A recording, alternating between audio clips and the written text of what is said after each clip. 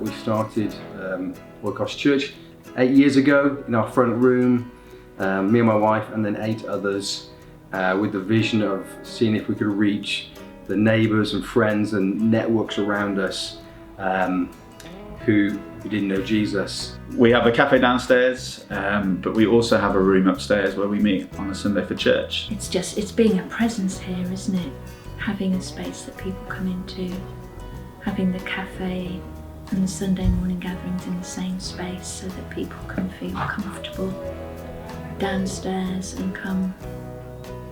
And it's not such a big deal to come upstairs on a Sunday morning to the gathering. Our goal is to live life with the people that we come into contact with. We don't just want to have tell them the gospel and run off.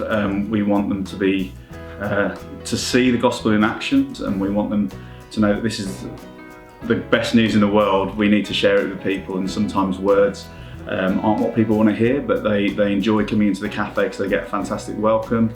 They're interested why we're so happy all the time, and it's just a great way in to be able to share the gospel. But we saw broken people who you wouldn't expect come to Christ and grow in Christ.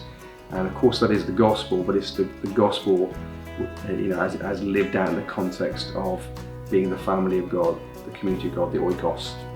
Church is really a part of your everyday life, not just a place you go to, but it's a place that's in the same community space as you, really.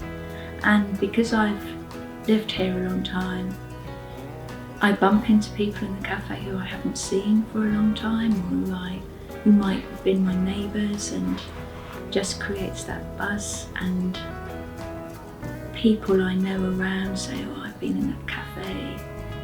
So some of the areas of prayers for Oikos, one would be that we would just continue to grow in our love for the Lord, and just that we would continue in the everyday things of life, in the small things, being consistent, living our lives out for the glory of Christ. We want more people to come to know Jesus, and the labourers are few.